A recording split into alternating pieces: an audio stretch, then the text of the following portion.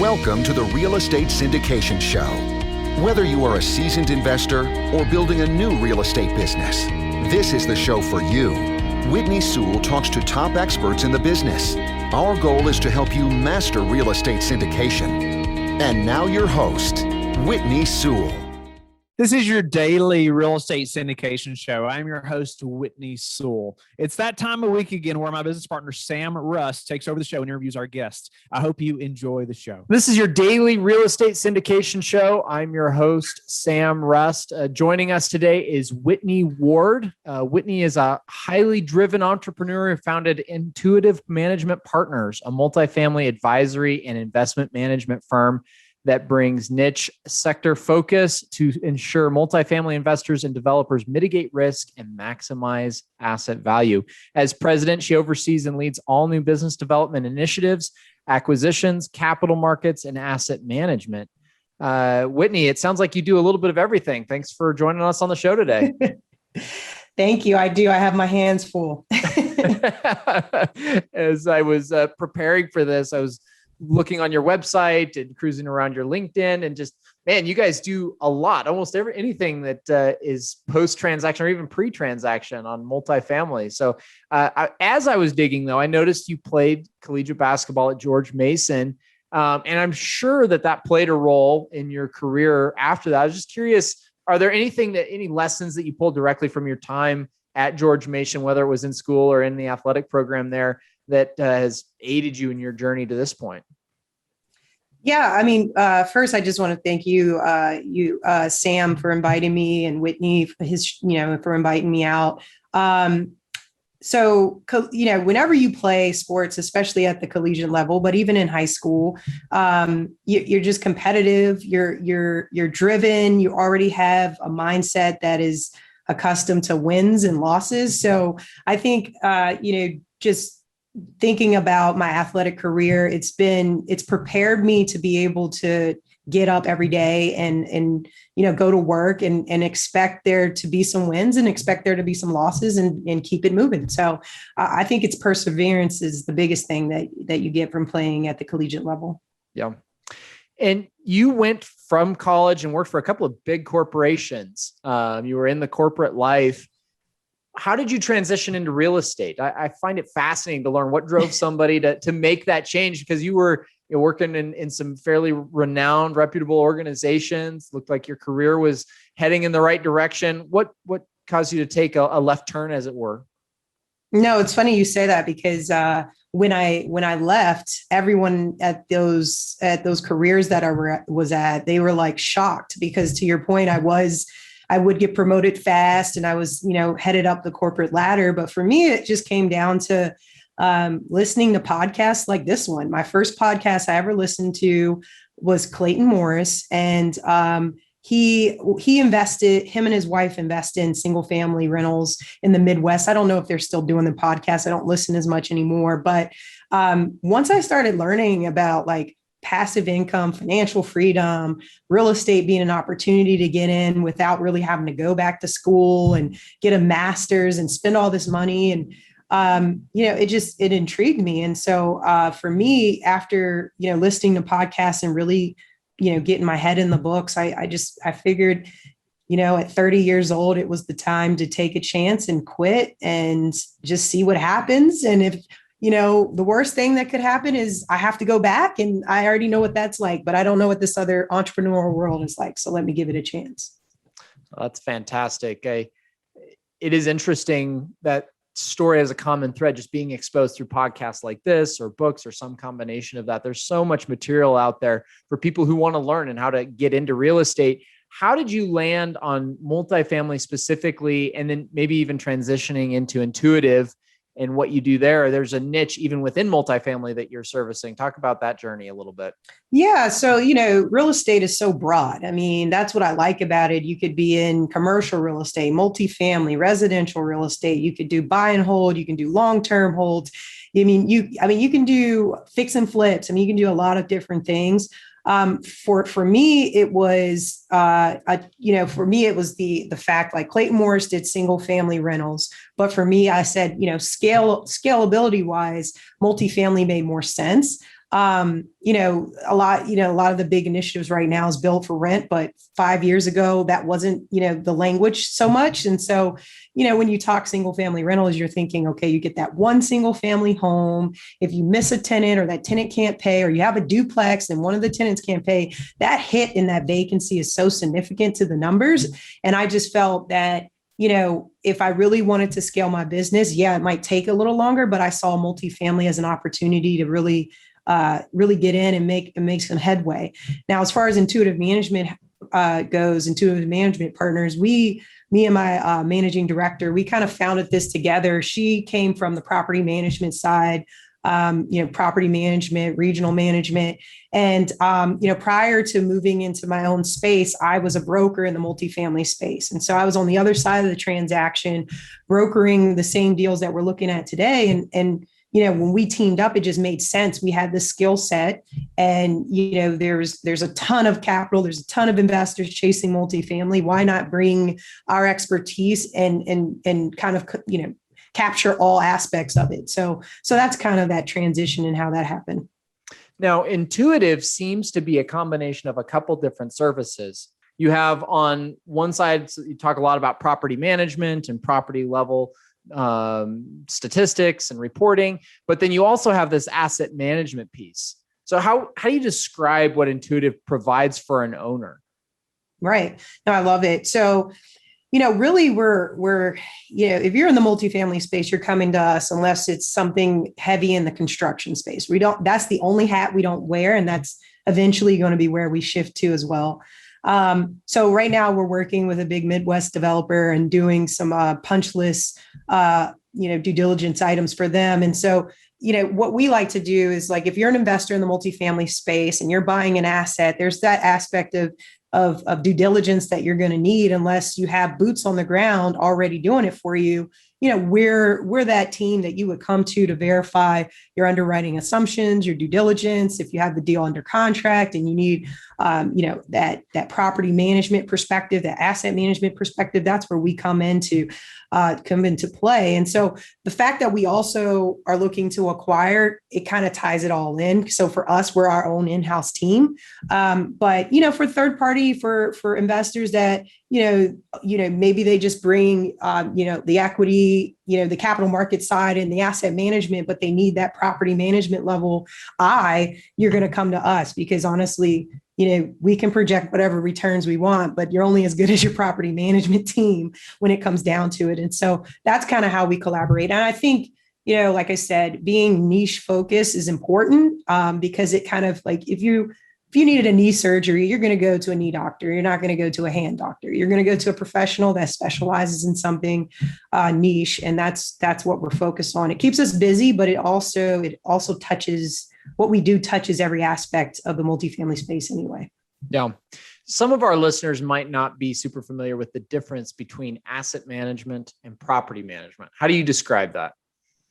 I mean, in simple terms, I would say asset management for what I do is more focused on the capital markets, underwriting, setting benchmarks, the numbers side. And then property management is more on-site initiatives, ensuring that we have the right team in the right place from a maintenance and leasing perspective, and more of the day-to-day leasing. So you got the asset management that's going to underwrite, deal in the capital markets, ensuring that the asset can perform from a number standpoint. And then you have the property management side that executes whatever that asset management comes up with. Yep. So you mentioned building a team. And as we've grown our portfolio over the last couple of years, nothing is more indicative of the performance of a property as the leasing manager. Who is taking the lead on site? You guys, as a third-party manager and doing some of your own in-house, you have a lot of experience, I would imagine, in hiring for those roles. What do you look for in a good community manager? Yeah, I mean, someone that obviously has kind of done it before from a community. Our portfolio, we're smaller right now. We're not as large as some of the big players out here that can take risk and maybe hiring a community manager that might be their first time managing. I wouldn't suggest that. We look for experience. We look for someone kind of local, nearby the property, that's familiar with the market. and just someone that's hungry, that's willing to learn, willing to grow, because we, have the benefit for new hires to see growth. A lot of times larger portfolio companies don't have that room for growth. They've already established more of their regional team and their corporate teams. And as we grow, we have that ability. And so, that's what we're looking for. We're looking for someone with that, that hunger, that sort of entrepreneurial mindset to kind of grow and expand their career. And usually it works out. Do you have any special ways of compensating or rewarding folks who are what you just described? They take initiative, they have that entrepreneurial mindset? Yeah, I mean, so it obviously on site, there might be different KPIs for reaching, you reach a certain occupancy, maybe there's a little bonus. But for us, it's right now, it's more that, the growth and the opportunity comes with, obviously what work you put in as a community manager, but then, our ability to say, okay, well, we see you shining. We want you to oversee a couple different portfolios. Now you're not on site doing the day-to-day. You're now overseeing the on-site team. So that's more our kind of, initiative and value proposition to hirees. But, and then obviously, like I said, on site, there's different KPI goals and that drive different bonuses depending on the property. Sure. You've seen a lot of real estate transactions. That's one of the fun things as a broker, I would imagine, is you get to walk a ton of different properties. You get to see the acquisition or the disposition side, depending on who you're representing. And then obviously as with Intuitive, you guys are involved in a lot of different deals. In your opinion, what's the hardest part of pulling together a multifamily deal? Is there any single aspect you would point to? If you were going to be an owner operator, maybe you're looking to partner with third-party property management like yourself. What's the most difficult part? It depends. Newer investors tend to have more trouble finding the equity and credible partners to even acquire a deal. If I was putting on my broker hat, the first thing a broker is going to want to know is who's your team and have they done this before, kind of thing. And so, I've seen that be the biggest struggle. You also, I would say, honestly, it's the deal structure. Putting together the right team members, getting the equity, structuring the deal. That's what I've seen as being the biggest challenge. Yeah. That equity piece.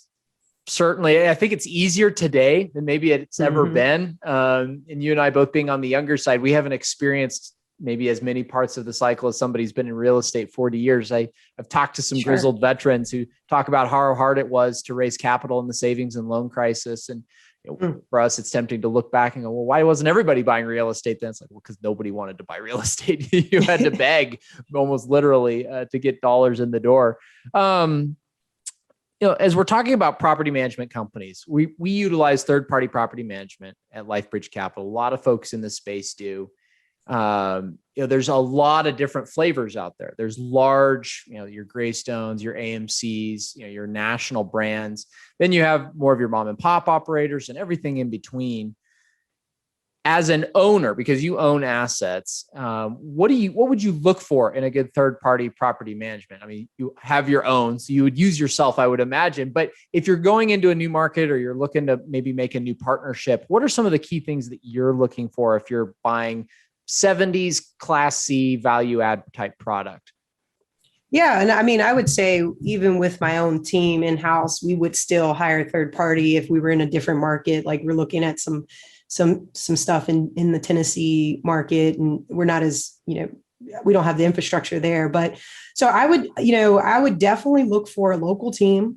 A lot of people look for a team that has done, like a company that has done deals similar to what they're looking for. But I don't necessarily think you have to look for someone that's like, okay, ABC Property Management has managed C units. Like I look more at the individual team members to see what their experience is, because I think, first of all, every management company has started at zero at some point. And I think you could be overlooking some talent that might be more cost effective might actually be hungrier. So you might execute on your property, on your deal better. So I would look more specifically at who's going to be overseeing, the on-site teams and how that structure is within the property management. Like what systems are they using? Like how's their operations structured from, let's say everything's virtual, but we have a COVID crisis again, God forbid, and you have to go to a more, what's that strategy? Where's your operational manual? How is that done? What does that look like? So I dig into that more specifically, and that might be because we had to build all that and think about that. But you really want to think about what happens when things get kind of uncomfortable or get rustled a little bit, and what is that company looking to do when that happens? Because it's not about when, it's about if. Not about if, it's about when is it, when is something bad going to happen? And so that's what I would look for. Yeah. Do you have a pet system that you just love how you guys have implemented? It could be something really granular, something a little bit more macro, but anything that you just love about how you guys do business at any particular part of your company?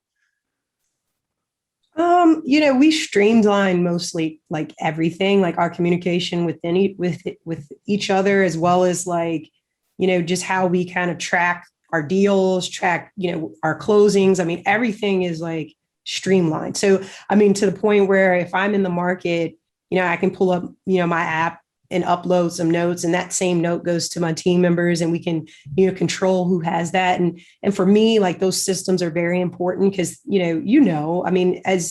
as you're pursuing deals and brokers are sending you different deals, it can get kind of hectic.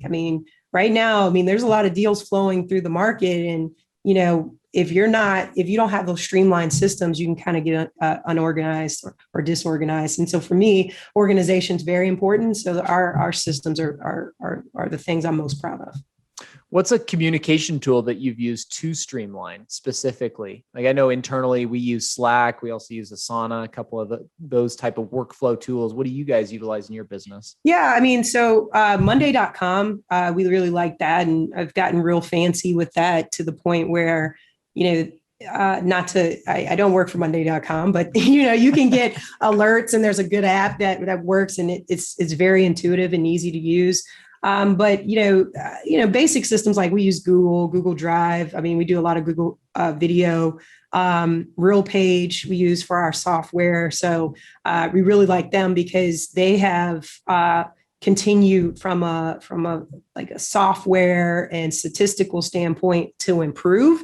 And I really think they're kind of beating out the competition when it comes to analytics and different property management specific items.